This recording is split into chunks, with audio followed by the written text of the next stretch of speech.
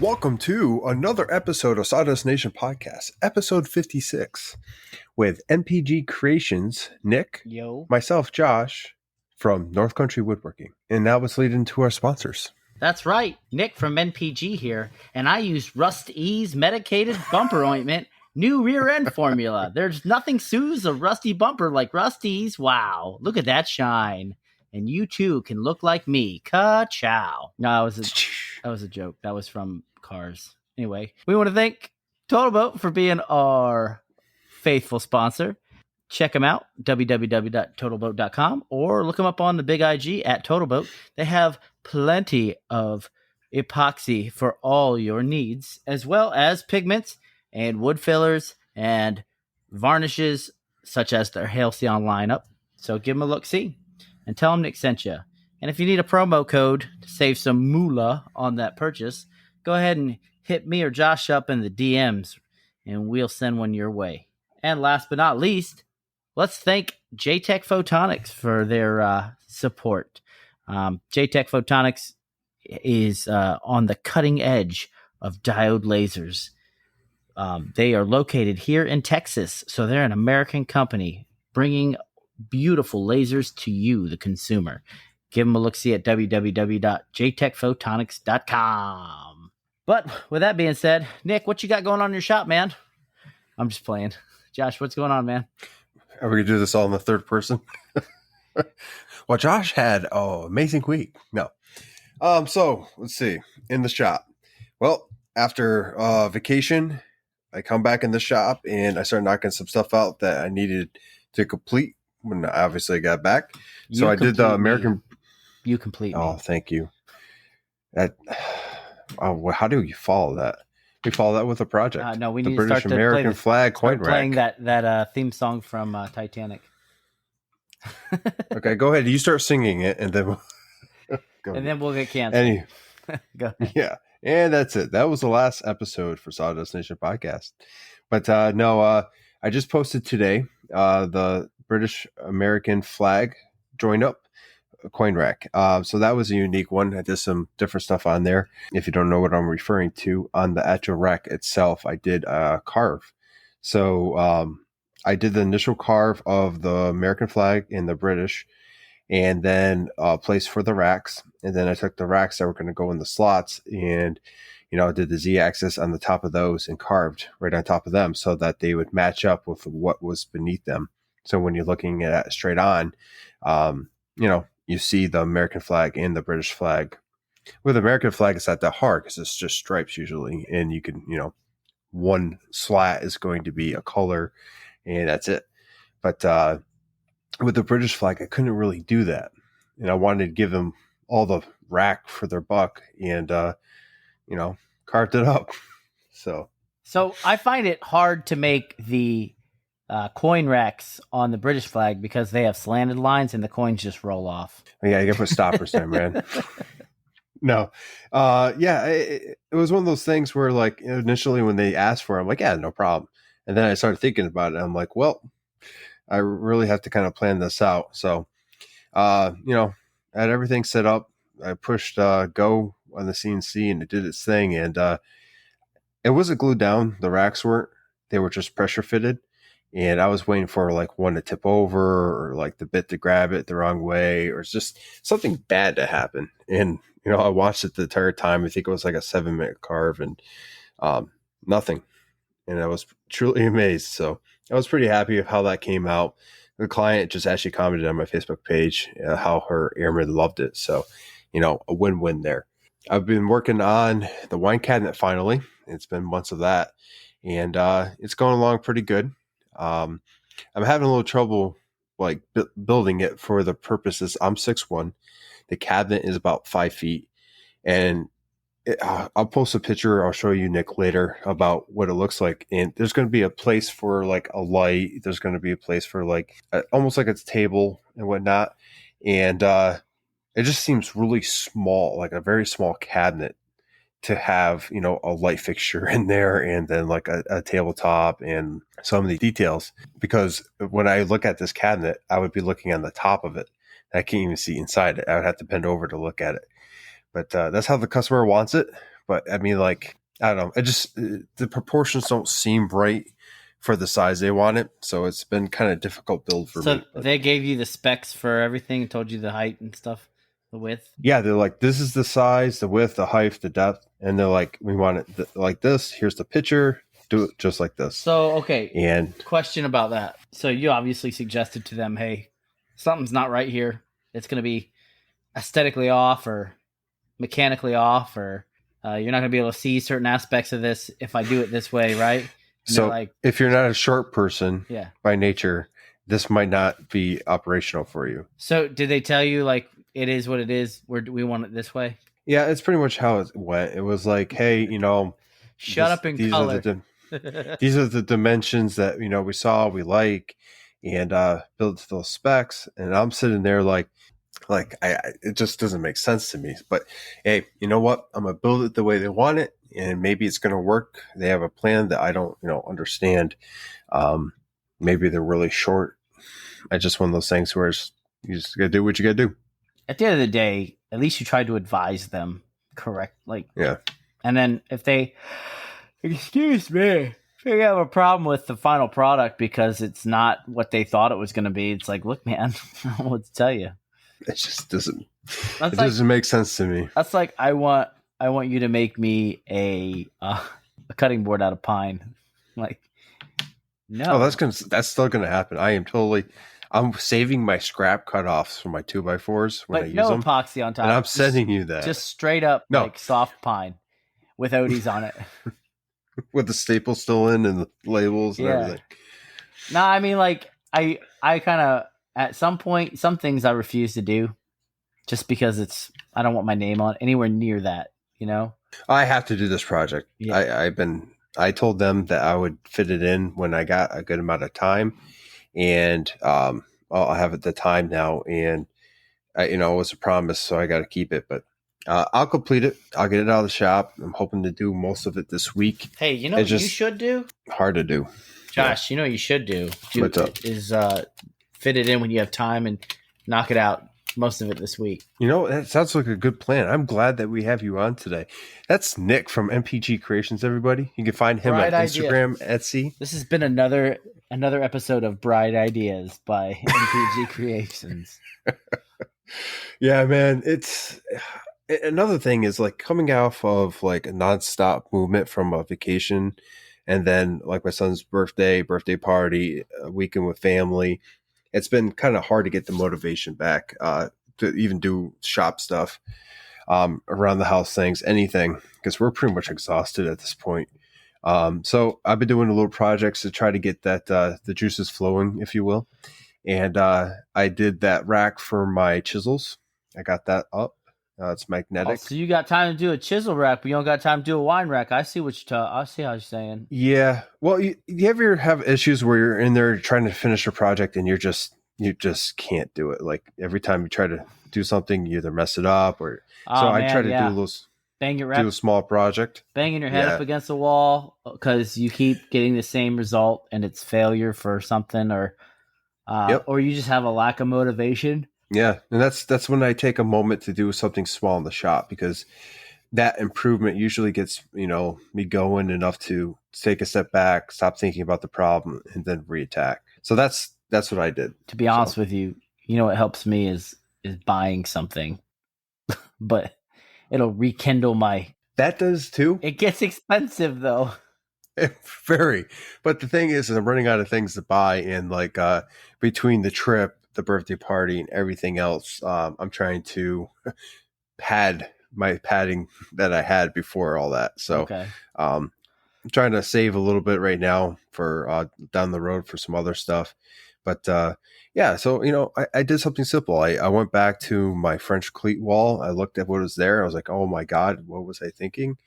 And my new chisels, I threw them up on a magnetic board of walnut and hung them up. And then I did the same with some other stuff, and it's looking pretty good on there now. I just sometime when I have another. Did you post pictures of it yet or no? I did with the chisels. I haven't with the rest. Other stuff was kind of simple. I mean, most of it I just threw in the CNC. I designed it, let the CNC carve it out.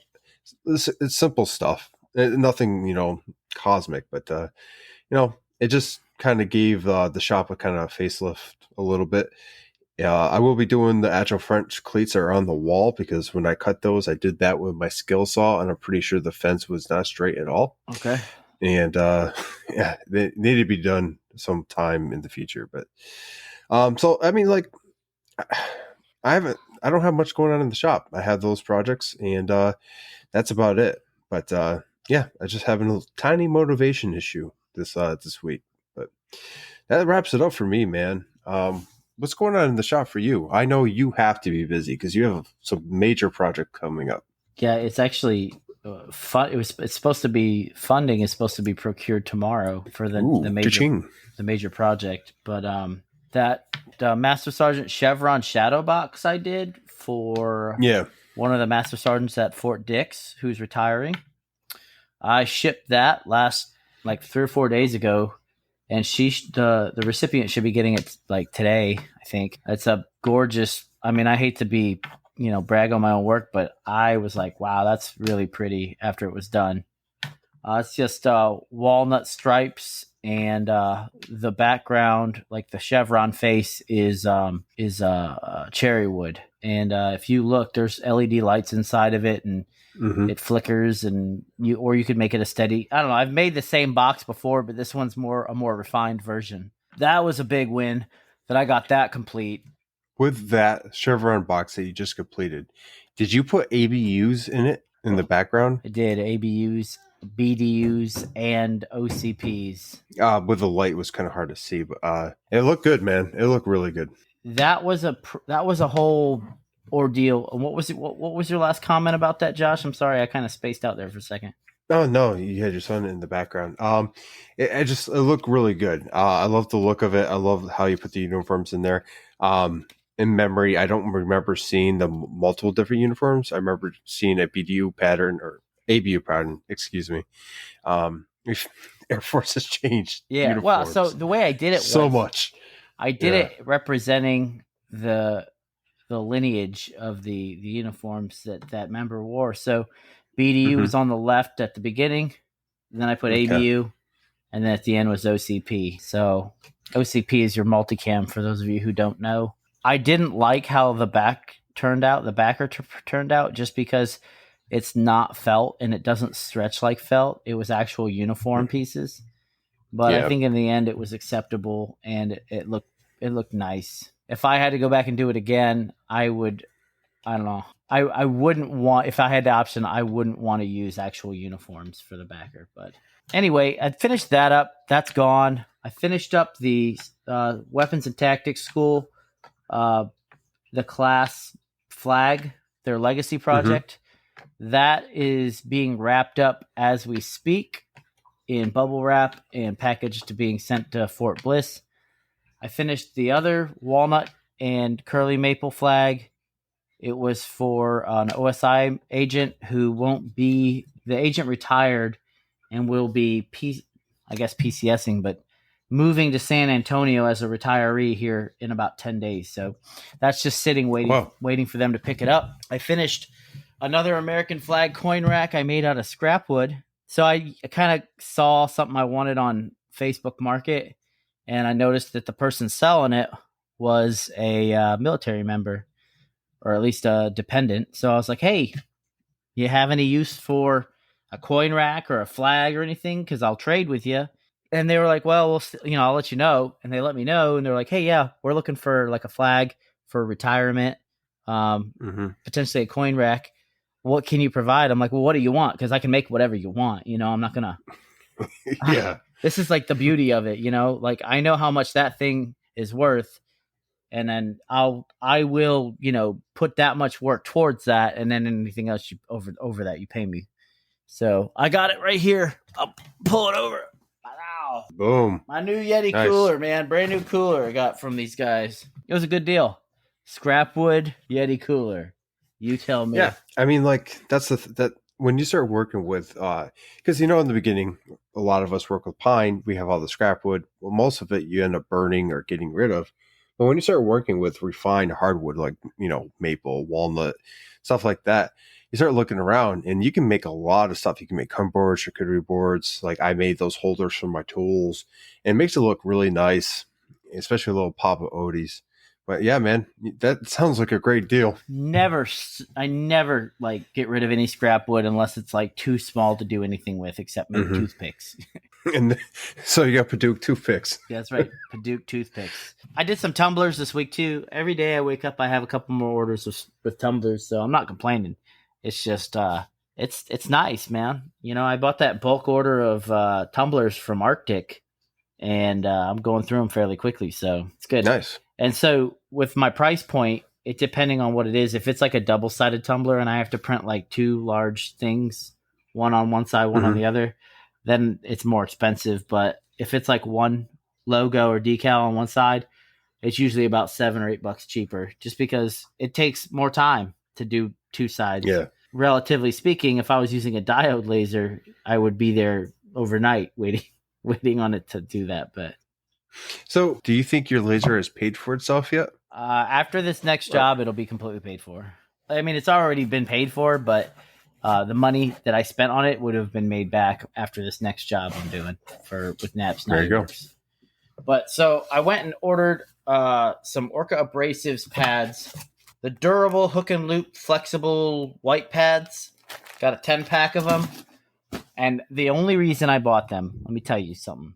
The only reason I bought them is I had been doing a lot of Odies Oil lately. I've been putting a lot of Odies Oil on my projects. And I'm not saying like oversaturating them. I'm just saying I've been doing a lot of projects that require an oil, and I have the time to let it cure before the customer picks it up. So why not? It's beautiful, right? That reminds me, I've got that foot locker I got to finish flocking. I picked up 10 of those white pads for the buffing of the Odies Oil from Orca Abrasives. It's available on their website. I don't know how much I think I paid $18 with shipping included. Those things are so money, it's ridiculous. You can use that pad. I used one pad for 4 projects before it finally started coming apart. And when it starts coming apart, it turns into like little fibers and strings and stuff like that. It won't scratch the project. It's just, it just starts unraveling, I guess you could say. If you're using it on a flat surface, you could probably even continue to use it then. If you use it on uneven stuff or like something where the fibers can get caught or anything like that, then you want a new pad. But I have an old pad that has been falling apart that I've been using, and I only use it for like a flat surface area with nothing crazy on it, and it still works just fine. Yeah. So Lawrence over at Orca Abrasives, you got something right, man. Your sandpaper is amazing too, but holy cow, dude, I'm never using any oil ever again without those buffing pads. And it leaves such a nice finish. It's not like it's uneven and like stacked up in one spot like you would do with a rag.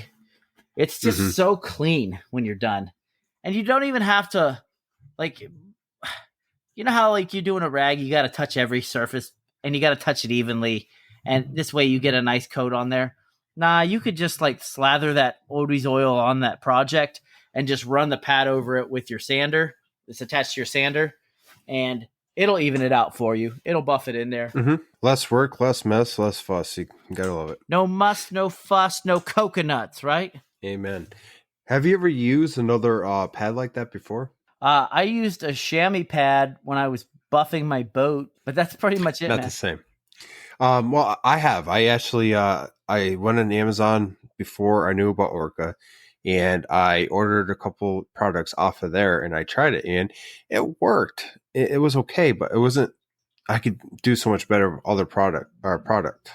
And when I actually got the sample pack we did from Orca, and I had some of those pads in there, and I tried that, it was a game changer. It's hard to talk to how well their product is compared to other ones, but when you actually use it, when you actually use it, you'll know right away. Like, you said it perfectly. Like, you put some product down, you put the pad down and with your sander, and you can spread it out on your surface. It doesn't take much oil.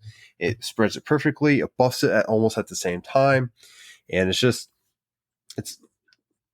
time is money. And money. with that pad, yeah, it's worth the $18 for what, 10? 10, It's yeah. gonna So I last think you you can get a a while. 5-pack for like $9 or $10 or something like that too. We're not like sponsored by Orca. Orca is an affiliate of ours. However, if you're putting oil on things like Odies Oil or real thick oils on things, you want to at least give it a shot and try out those Orca pads.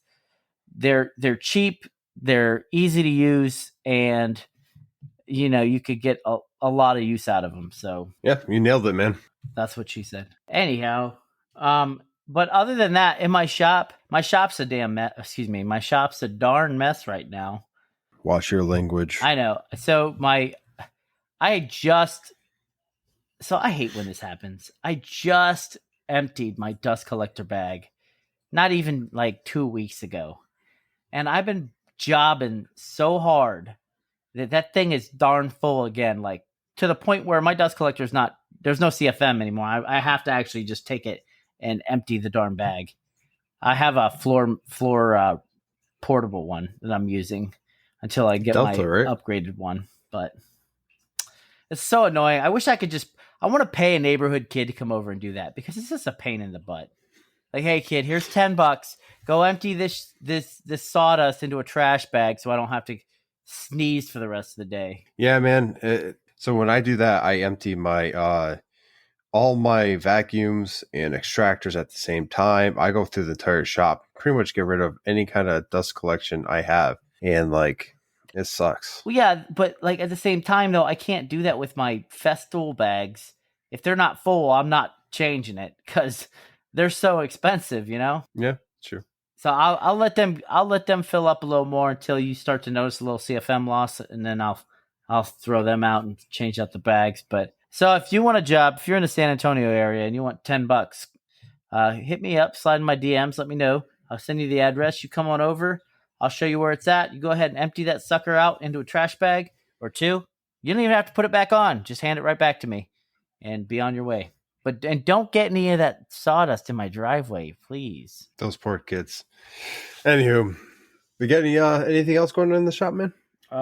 Not particularly at the moment. Just a little bit of Etsy stuff and the flat. Oh yeah, I got a couple more orders in, but for like larger projects, I got another Foot Locker order and another almost kind of like a shadow box order, but it's not a shadow box. But and then so it's a shadow box, but not. Well, there's nothing going in it. It's just going to be hollow, and there's going to be lights in it, so you can see, like, the background is going to be a specific color, and there's going to be LED lights around it, so it lights up and it glows from behind, like, and you can see through the cutout holes in the crest. Nice, that's pretty cool. Yeah, it's a concept design that one of my friends came up with, and wanted to know if I could give a stab, put a stab at it. So, but yeah, Josh, that's pretty much it. Yeah, that'd be cool to see. It seems like we're about the same in the shop for as like, we have a couple projects, try to complete them. I'm actually holding off getting any new projects unless they're CNC or something quick, just so I could finish the major project I have going on currently. But we do have a question written in from a former host of the show, AJ from Crafted in NJ. Now, we were chatting about Instagram and stories because I've been having some issues with my stories. We'll get into that after we answer this. But he wants to know, how do you get comfortable doing stories out in public? He says for him, he don't want to look like the idiot talking into the phone while he's walking down Home Depot or, any kind of place he's doing stories. He wants to know how to get comfortable with doing it. So I'm just going to toss it over to Nick and see what he thinks, and then I'll share with you what I wrote back to him. Well, I obviously I don't care if I look like an idiot or not. Look at you. Look at me. Have you seen this mustache? But no, when it comes to talking to my phone in public, I just take a page out of the old Pete's book from Ptrees Workshop. He says, really, you just get used to it and kind of just walk around and talk in front of whoever. It doesn't matter. Mm-hmm. In the end, as long as you're not bumping into people, it don't matter. But that being said, don't walk into a forklift tine and impale yourself. Make sure you have situational awareness when you're doing that, especially at the Home Depot. Basically what I told him, I said the short answer is you got to stop caring. So people are coming to your page, they're coming to your stories because they like your personality, they like your work. If you're going to start doing stories out in the real world, you have to realize that, it doesn't matter who's staring at you, who's looking at you, because you know what? Most people don't care. They're too wrapped up in what they're doing. And then the long answer I told them is you're going to get comfortable with it as you progress and do it. It's just one of those things where it's a comfort zone thing. I don't know about you, but when I did my first story, I probably did like 13 takes trying to get it right. And finally said, screw it. And I posted it. And after that, it was like, hey, I rarely do takes unless like something happens, like my kid jumps in, needs something or whatever. Now it's like, if you're following me, it's the quirkiness, it's the stupidity, it's whatever you That's like for sure. seeing. It's what it is. You know what I'm saying? Like, I'm in my shop, I'm having a good time. I'm there to share with you my section in my life. And that's part of it. That's the real human experience, if you will. Well, thanks for writing in, AJ. It'd be great to meet you sometime. I've heard your work is phenomenal. It is. And if you haven't checked out Crafted NJ, go ahead and check out his page on Instagram. That's right. But that conversation kind of, led into something I had a question about is lately when I've been doing stories, my stories don't post. Like they'll post 1 or 2 stories, but like the 3 and 4 or other iterations of it won't post. I have to restart my phone to actually get them to load. I know why that is. What's up? You're shadow banned on Instagram, so you have to. You think so? No, I don't know. I'm talking out my rear end now. Yeah, I don't know. I don't. It's been the last couple times, and like I restarted my phone this afternoon, and like the stories I've been trying to post for like since yesterday, just they showed up. So I mean, it's kind of frustrating. If anyone out there knows a fix or knows what I'm talking about, go ahead and DM me because I'm really getting frustrated. Stories are something I feel are important for Instagram. I know it's not like the hot topic. I think lives are the huge thing on them on Instagram. But for me, I'm able to show you guys a lot more. A lot of my posts are finished projects or maybe, something I'm working on. But, stories I could really dive into, what's going on in the shop and my life and all that. So. Hey, so is it they don't populate on your Instagram or they don't populate on your phone's current Instagram? Because it might show up on mine, like that you. I don't. My wife has checked and it doesn't post. It shows that like it's trying to post, and I get the little like cursor trying to load, but it's like stuck. Constipated, right? Yeah, we're going down a wrong shoot here, fellas. Mm-hmm. Well, you thought it was a fart. Well, here I sit all brokenhearted. Tried to post, but only farted. Pretty much. But yeah, it's been frustrating because like, I'm trying to get back in, followers and trying to up my page a little bit. I took a pretty lengthy break there for a while, but I'm ready to get back at it. And it's hard to do when you can't do stories. So we look forward to your next stories. Because I know I usually see your ugly mug come across my phone at least once a day. That's how I keep you interested, man. Oh man! So hey, question for you: that drum sander you got, how much was it, and what kind is it? And should I buy it used or should I look at the new ones, and why? Okay, so that is a long answer. So I bought mine used because the new ones are pretty pricey and pretty large. So I went and I looked at your favorite place, Marketplace. You don't usually find a sander on there, or at least a drum sander, for less than $300. And I did. I think that was around $300, and it came from a woodworker that was basically selling their stuff because they wanted more room in their garage for their wife's car. It worked perfectly. It's a Ryobi. I can't remember. It's a Ryobi drum sander? Yes, it is. I didn't even know they made those. Yes, sir. Actually, if I could, as we're talking, I'll scroll back and see if I could find the post because I'm pretty sure I did a post or something about it. But yeah, it's made a huge difference in the shop for me. It has saved me a lot of sanding. You can do a little leveling with it. It definitely is. It's worth having in the shop, especially if you have you're worth having in the space for it. I am. You should probably get me in there sometime. But yeah, it's definitely You should get one. You Plain and simple. seriously? So the reason I'm asking now is because now everybody I know has one, and I don't. And I see the end. Does that bother you? The end. No, well, not the fact that it's like everybody has one and I don't. I don't need the peer pressure because there's a lot of things that people have that I don't care about. But the end product of sending a plank through a drum sander is just it's so consistently even all around the board. Especially when you're talking about finishing. And we all know I like to finish. So you don't finish very often, but when you do, it's somewhat okay. Yeah. That's up to my wife. Anyway, so I've seen some drum sanders on the marketplace, and honestly, I sent Nap from Nap's Knottyworks a picture of a drum sander from like a town an hour away from here. And he ended up going to the dude. He got a killer deal on a drum sander and a joiner, like a jet. They're both jet, I think. Don't quote me on the brand of the drum sander, but I do know that the joiner was a nice jet joiner. And he got a killer deal on him. So yeah, I would buy used just so you know what you're dealing with. I love my drum sander. It's the same one that Peter from Ptrees Workshop has, same one that Crafted and NJ has, and I just so happened to find one myself. And for the price point that I got it for, I just could not beat it. It was definitely like $300 or less, and it is a bigger piece of machinery. So if you don't have room in your shop, it sucks. But I mean, like, you don't absolutely need one, but if you can fit it, you don't absolutely need one. It'd be easier to mass produce things with one, I would think. It is. And I don't say mass produce, but produce in volume. I know what you mean. Yeah.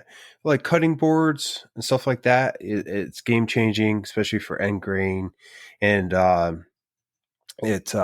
what else? I've used it for like when I need to do something for the glow forge and I need to make really thin stock. After a resaw, if I have any kind of inconsistencies, I'll throw it in there and I'll go ahead and make it even thinner. I get it pretty thin in there so I can go ahead and do the laser. It was worth the money. I'm looking at Nap's story right now. And it's a jet drum sander. Nice. And it's killing the game. Killing it. Marketplace it, man. I just figured out it's a Ryobi 16-32. I have no complaints about it. Like, it's definitely worth having in the shop. That's all I can say. It's because like I was very skeptical about getting one, and when I finally got one, I was like, how did I not have this? I use it a lot more than I think I probably should, but I use it a lot. Well, I'm gonna end up getting me one. Beat that war drum sander. What are you looking at getting? Do you have anything in mind, or are you just looking at getting one in the shop and just kind of going from there? Getting one in the shop, and I got to make room for it. It's one of those things that I don't have a problem with, like dealing with the issue of making room. A lot of times it's a pain in the butt to be like, man, I got to do all this just to put a new piece of equipment in here. But this is going to make my life so much easier. So it's what I'm going to have to do. Well, I mean, like, you also have a bigger garage now. Like when I got mine, it went onto my match fit system bench that I made. I made this bench.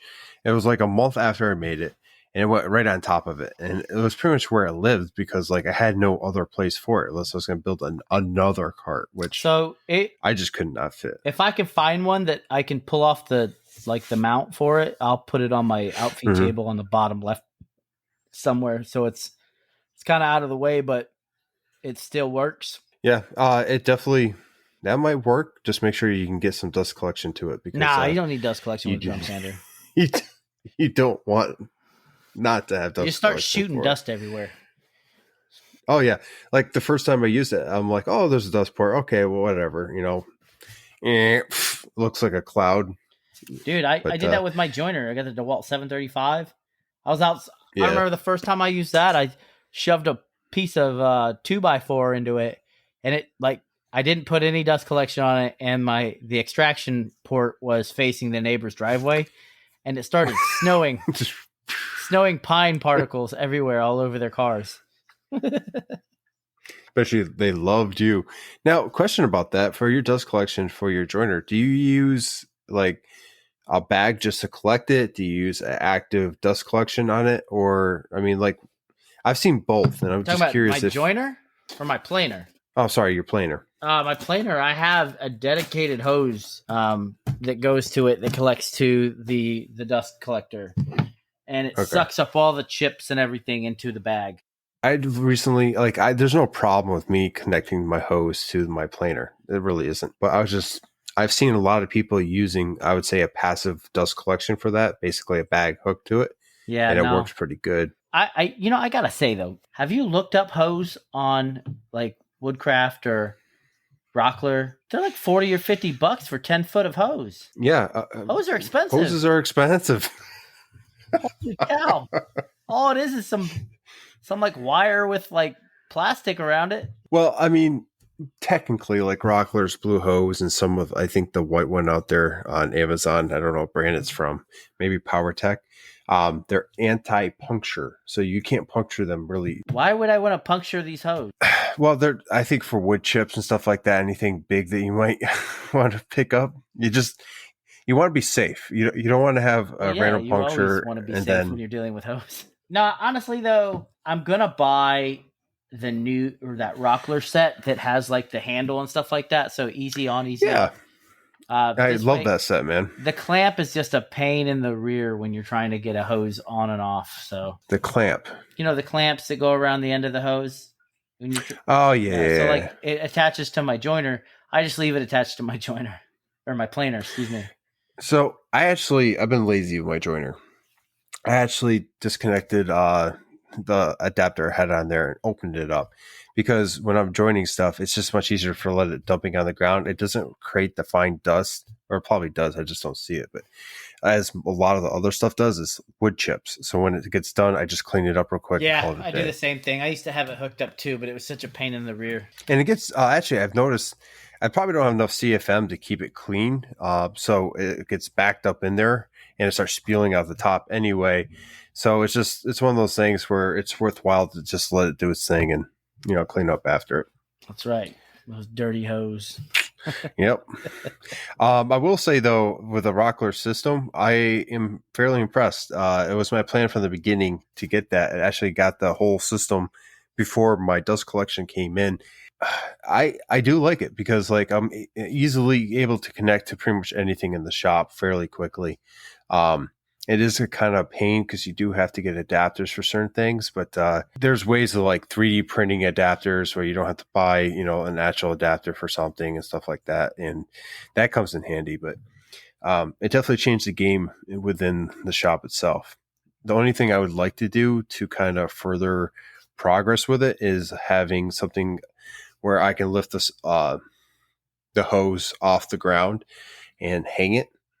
Because I will say that I've almost biffed it a couple times in the shop with having it just laying on the ground attached to a tool. Remember Ducky's Mesquite down here? The gentleman is selling he posted on the Woodworkers page that there is a large dust collector for sale. What do you mean by large? His name's Mr. Donald Starnes, right? 2 horsepower Grizzly. This thing stands 6 to 8 feet tall. It's a big old boy, and I don't know. I have to call. He's selling it he listed it for another person that he knows. It was from an estate sale, but this thing is huge. I'm gonna give it a look see, because if I get that, then I won't have to worry about emptying my bin ever again. Because the bin's big enough where you can turn it over inside the trash bag. And the neighborhood kids, man, they need a job too. Yeah, but mine's that bag that you have to unzip and then fumble around with. I got the plastic one that hangs, and I got a little primary collection first. So I mean, I got. Do you empty the bag or do you replace the bag? I empty it. So what's so special about that bag? Nothing. It's just heavy duty plastic. I think people replace it so they don't have to worry about emptying it. But the way that I have set up my dust collection is I have a 30, maybe it's a 16.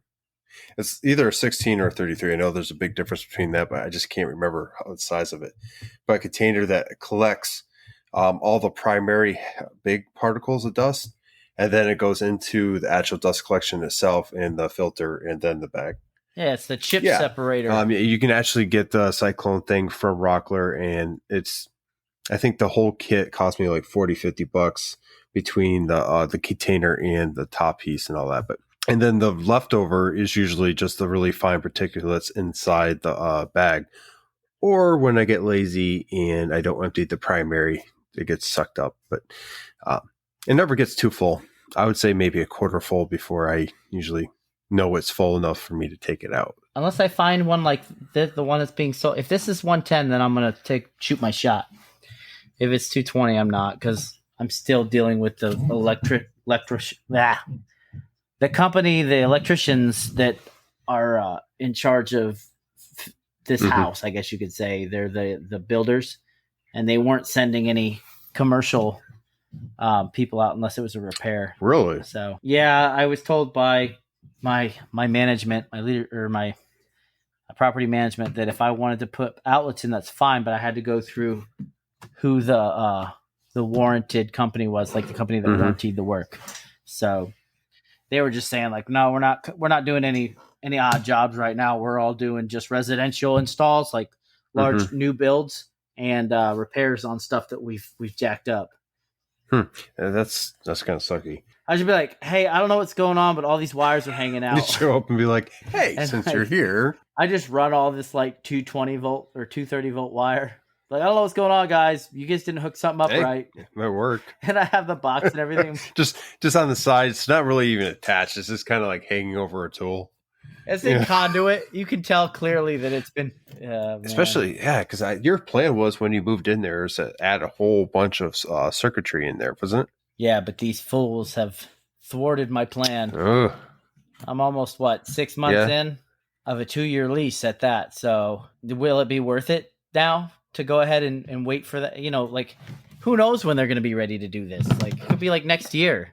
And then I'm paying all this money to have them do it for me to only be here less than a year. So I've been getting by with my 2-gallon air compressor. I have my 60-gallon air compressor sitting silent in the corner, just taking up space because of these fools. When's the last time you ran that 60-gallon? I know it's been a minute. 2014. You're going to need to do some maintenance on that. It's been a while. Why is that? It's been covered with saran wrap. The motor has. But it's oil, right? The oil has been sitting stagnant. Do you need to change out the oil? I would imagine. I thought you only needed to change it if it was... So, like, if it's tipped over, like tipped on its side, the oil will leak out. And I also know that every now and then you have to change the oil after running it for so long, but I don't think the oil goes bad. I don't know. I've never heard of one sitting silent that long and someone plugging in running just fine. I honestly, to be safe, would change the oil just to see what's inside that thing. Put some 10W30 in there, see what happens. Good to go. No worries. Going back to your tool purchases coming up, if it is 110, it'd definitely be a nice upgrade for the shop. What about the drum sander? Is the drum sander going to come before the dust collection? Well, the dust collection's needed bad. It's like a safety thing. So I'd get the dust collection first. There's plenty of money to be made. I'd rather be alive while I'm making it. Well, you don't want to have one lung and breathing healthy. One lung and coughing while you're trying to make stuff. Yeah, I don't want to get that emphysema from all that sawdust inhalation. Yeah. On the non-woodworking side, I've been doing a lot of 3D printing. Fun stuff. Like for my son, I did a lightsaber that collapses. That way we can mess around with that. Wait a minute. Did you make it in pieces? I made, so you have the hilt and then a cap for the hilt. That way you can slide in the collapsible blade. And you can, it shoots out and then folds back in. That's pretty cool. How long did that take? The blade takes about 4.5 hours, and the hilt and the cap together, they probably take 7-8 hours to do. But with this new printer, man, it's worth it. 12 hours, I'm going to have me a lightsaber, and we're going to have a duel. Yeah, I nerded it up a little bit, and we got... I printed a green blade for his, and the hilt is silver, and I have a black hilt. And right now I have a black blade, but I'll be getting red film in sometime soon, so I can do the blade up. Okay. But yeah, there's also, I try to do this so other ears will not understand what I'm saying. Dino bones. been doing those as well, and we've been hiding them in discrete locations. That way, when the kids are digging, they can go ahead and find them, and that's been pretty cool to watch. Oh, okay. So, there's a lot of cool things you can do with a printer. Doing it for kids and letting them kind of like discover these things is pretty cool. Speaking of making stuff for yourself and your family, right? Let me go ahead and preface this by saying solicitors in my neighborhood all just need to go away. I hate them. I wish they would just cease to Why don't you do one of those signs where it's like bullet? That's what I'm saying. I made one. Did. Or at least I built it on in my CAD, right? I'm yet to cut it because I have to marry some wood together to do it. But it says no trespassing, no solicitors, F around and find out, but it doesn't say F. I hate these people that come around and they like in the middle of the day or the middle of the, like even at about 9 o'clock at night. Who comes around at 9 o'clock at night trying to sell me a darn vacuum cleaner? Are you still on about that? Kirby. And you better believe I'm tagging you in this on our show notes because I freaking hate you. So, no, I'm serious, man. They're driving me to my. Have you ever seen the signs that say like no solicitors, no salesmen, whatever? Are you going to be added to the board? And below the board, the hit list? No, below the board, there's a line with shell casings, and there's one more spot left. Oh yeah, I saw that. Yeah, that's where I thought you were going to go with. You're going to help me. You're going to be added to help my new. Yeah, sign. something like that. Yeah. Yeah, I saw that. I don't know how you. So if you sold stuff door to door, I know it's hard to do. Okay, I've seen the same people over and over again too, man. It's like, what, again?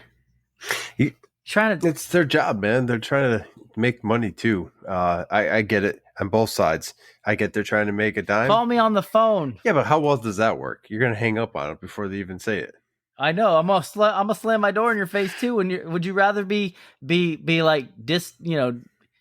Would you rather me be mean to you in person or on the phone? Your choice. Well, believe it or not, it's probably harder for people to do that in person. So, I mean, they might make more money. What? Sell stuff in person? No, it's probably harder for people to be mean in person. I mean, we're a different make. I mean, like, we've had to be mean in person before because of our jobs. But there are a good majority of people out there that are they don't want any kind of problems. So they'll Let me listen. Let me tell you something. I need a door-to-door salesman to come around for Rockler. Okay. Yeah, it would be sweet. I need a Woodcraft rep to go door to door and try and sell me a drum sander. Sell you some wood at some outrageous APR on the I have some wood for you. It's exotic. It's ready to go. Come on. It's straight.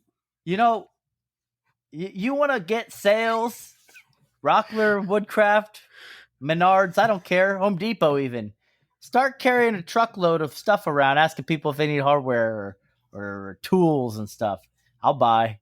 I know Snap-on does that, but he only does it to like auto body shops. Yeah, I see the trucks going around here and there, but check it out. If they do that, right, they can carry hardwoods around and sell them, by linear or board foot on the road like that. We can call it the wood chuck or the wood truck, How many chucks can a wood truck chuck? Or wood truck truck? Wood truck, if a wood truck could chuck wood. It'd be a truck.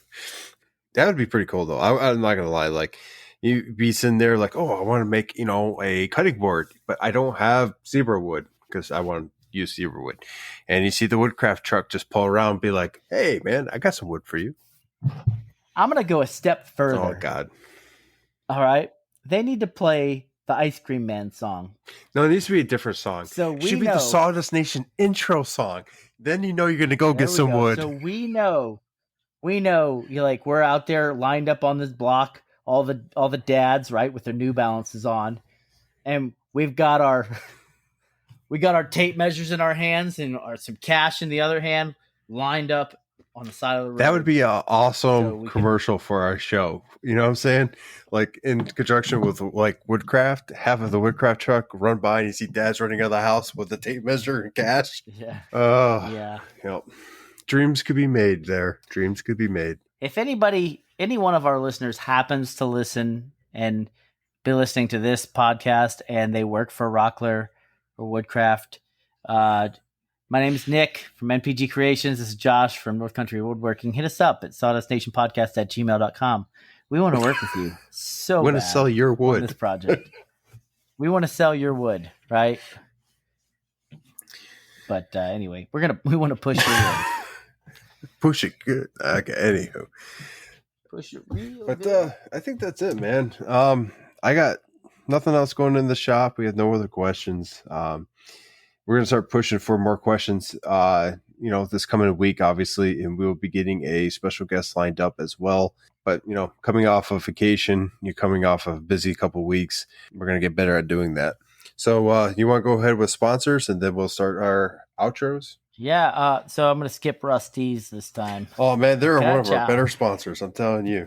Ciao. But, hey, check out Totalboat for your epoxy and varnish needs. They not only have the epoxy and varnish, but they have wood filler and pigments for that epoxy. Say that 3 times fast. Pigments So they for can that fill any epoxy. kind of crack you have in your wood. That's right. With a slow hardener or a fast hardener, you name it, they got it. And they get that deep pour going. So check it out at www.totalboat.com or hit them up on Instagram at Totalboat. And last but not least, we want to thank Jtechphotonics for their support. They are a diode laser company located right here in Texas. Lasers made in America, baby. If you need one of those diode lasers, hit them up. Jay has amazing customer service. Give them a phone call. Check out their website, www.jtechphotonics.com, and tell them Nick sent you. Pew, That's it for sponsors. pew. Oh, wait, no. The most important. Yeah, I was about to say, you most better not forget. important sponsors.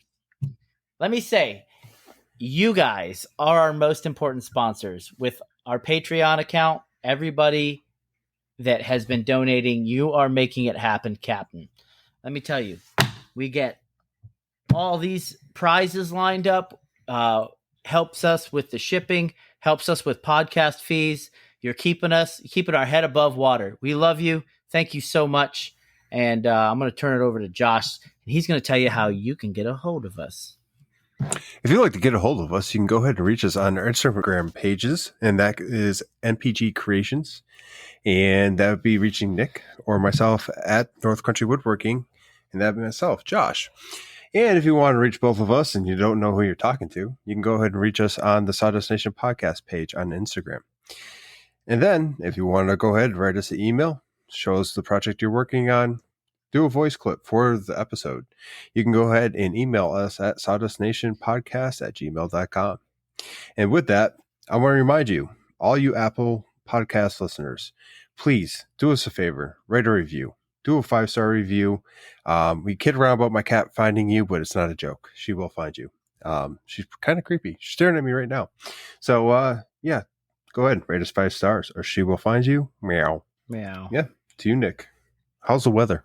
The weather, it's raining right now, but I just want to let everybody know that it's always a pleasure doing this podcast, and I really look forward to it every week when I get a chance to talk about what's going on in the shop, what's going on in Josh's shop, and we love hearing your questions. I know Josh over here is crying. That being said, I want you to take care of yourselves and each other, and until next time, NPG Creations out. Is that a thing now? No. Nope. No, I just came up with it. Anywho, he's right. You know what? It's awesome to be part of a community where we can sit here and talk wood and what's happening in the shops and answer questions. So huge thank you to all you guys out there, especially our Patreons. And with that, hopefully you can get in the shop. You can listen to us in the car or wherever you're trying to listen to us. We thank you for listening. Hopefully you get out there, you make some sawdust, and Sawdust Nation out.